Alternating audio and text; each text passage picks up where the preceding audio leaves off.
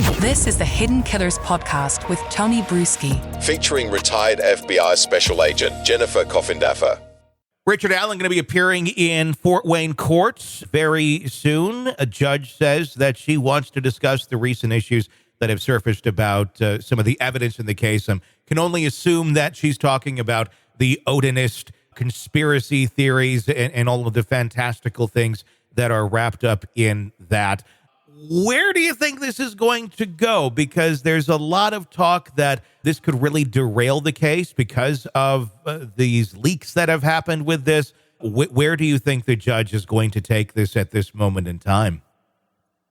Well, it's going to be interesting because, at least if we're to believe what the information that's been put forth in mainstream media is at the current time, it appears that it came from a former employee of the defense team that possibly leaked some crime scene photos and possibly other information. So she's going to get down to the bottom of it in open court and determine whether any sanctions could be levied.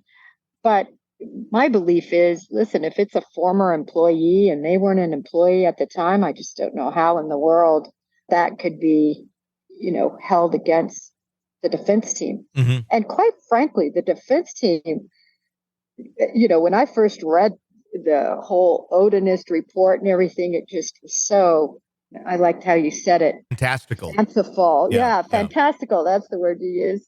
But, now they're putting a little bit of meat on the bone. Who would have thought that the guards truly had Odinist patches? Yeah.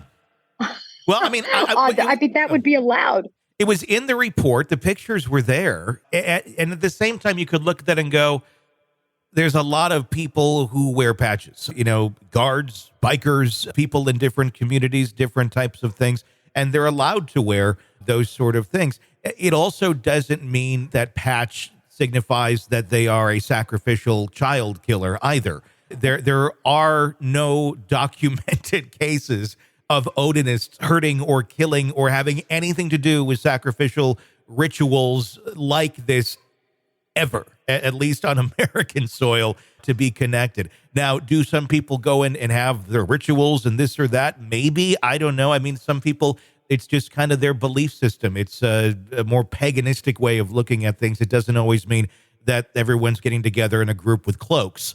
But at the same point, yeah, there's enough beef on the bone where you go, is there something to this? But that really is how almost all conspiracy theories work and how they get more legs.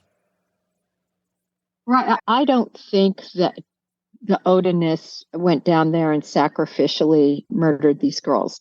But I do think that the defense is doing a good job of just possibly raising the reasonable doubt here. I mean, they have a report regarding these Odinists. They have 3 individuals that have said, one admitted to it, the crime, and 2 others that are saying, yeah, we used to meet there. And one of them's the father of Abby's former boyfriend.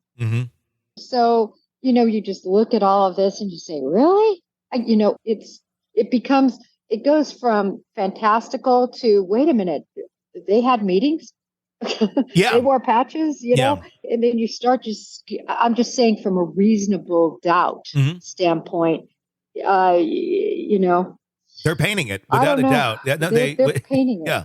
And I mean, it is fantastical. Fantastical doesn't always mean not true. Sometimes it just means wow. But at the same point, when you go down the road of the conspiracy on this, which is fascinating to do because there are these little, breadcrumbs that keep you going. It's like, well, if this has nothing to it, why would there be these breadcrumbs here?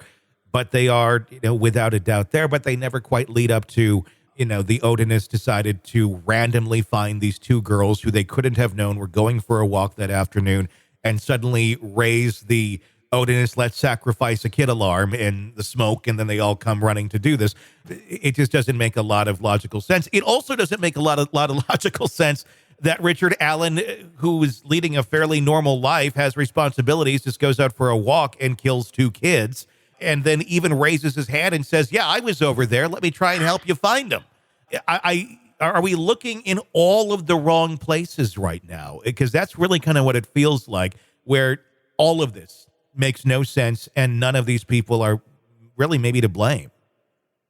It doesn't make any sense. It doesn't make any sense because here you had Richard Allen, who they've accused, who somehow decided to, get his knife that would be capable of killing a human, have his gun, go on this walk. Was he just hoping to find a victim? And then he came across two little girls to victimize, having never had anything like this remotely in his background at all. But yet then he, admits to it and calls to his mom and wife, but under horrible conditions of duress in a prison, in solitaire in a maximum security situation. I mean, it's all a hot mess. But what bothers me about the Odinist thing, I wanted to mention, I had never heard of Odinism, and I'm from sort of that part of the country, the Midwest part of the country.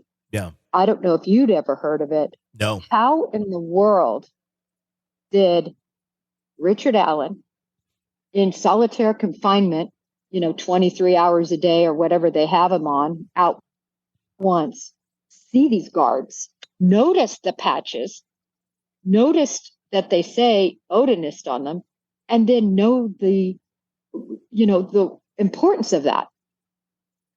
That's what my whole question is. Was he an Odinist? How does he even know about this or understand it? So I find it all fascinating that this has even come forward. Yeah, I'd be curious to know who introduced the words Odinism into the conversation and how it got there. Was it an observation? Did he know about it?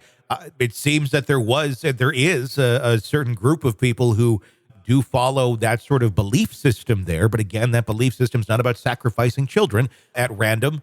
I don't know. I do question where that all came in, and the fact that we do see clear connections that people are into this sort of thing. But another point that I think is important to make when you think about it, the accusations that the guards made him confess to his wife and his mother that he did the killings. That doesn't necessarily mean that they did the killings. I could see that being just as easily a bunch of zealous guards who already have their belief that this, in their mind, this scum bucket went and killed these kids, and, we're going to treat him, that way, and he's going to get what he is coming to him. And if he's not going to confess in court, we're going to take this into our own hands. We'll make him confess, and we're going to do our own part. Vigilante-esque almost to influence the case. Not necessarily, like I said, though, that they killed her, did anything of the sort as Odinists. I could just see more being zealous guards that want to have their narrative enforced. Right. And this is a guy who was working at CVS, living in, middle-class home, doing middle-class things, having a very normal life. And now he is in a maximum security lockup where only the worst of the worst are kept.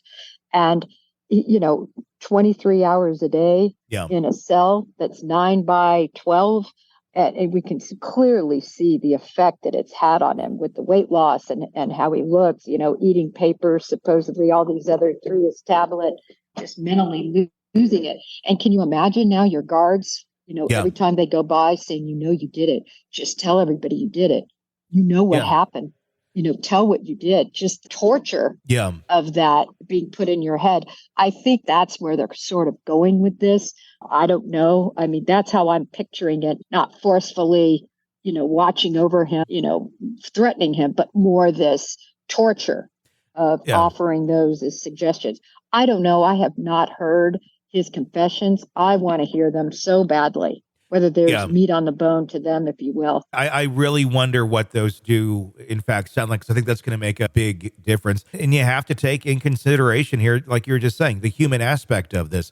He was living a normal life, and suddenly he's in solitary confinement 23 hours a day with no human contact. The little bit that he does have likely does not look very positive. It looks also very torturous of what he was hearing with the guards or how the guards were harassing him. At some point, you'd probably say almost anything to try and make things better for yourself or those that you love. And if you have some overzealous guards that are making threats, whether they're legitimate or not, and we don't know if they did in fact threaten him, but the allegations are there that there was threats against his family from then. Whether they had any intent of doing that or they're just trying to essentially screw with Richard Allen, that in itself needs to be addressed, and those guards need to be dealt with if in fact they did those things, whether or not they had any intent or just being assholes. Yeah, exactly. And, they've given their affidavits, of course, and they're saying no, and that they really just like the patches. They have a lot of excuses. I don't know. I think it's very odd to go to the effort to find an Odinist patch, to have it sewn on your uniform if you're not an Odinist. Sure. That's just my belief. I think it's clear that they are. I mean, I don't think there's a lot of debate that they are not Odinists. I just think the debate is, just because you're an Odinist, does that make you a sacrificial, child killer? Right. And I totally agree. But as you said, this isn't about them, the guards doing. This is more about a belief system and people being a part of that were both in the community where he was housed and that committed these murders. I mean, from the defense point of view. Yeah. We'll have to continue to watch how it all plays out. It's one twist and one turn after another on this. Who knows what's going to happen before the potential trial, if we ever even get to a trial on this. Do you think it will get there at some point in time, or will this unravel even further? And are we going to see maybe Richard Allen, just walking free at some point here? Or are they so dug in that this is definitely going to go that full route? I think it's so dug in, Tony, knowing, watching this case from the infancy, Tony Liggett, this whole group, when the FBI was involved, when the FBI was then not involved, this group is dug in that Richard Allen is their man. They do have some compelling evidence, but I agree with you, the tapes, that's going to be their key, but they're dug in. I just think so much damage has been done at this point. I don't know, Tony, it just looks so bad.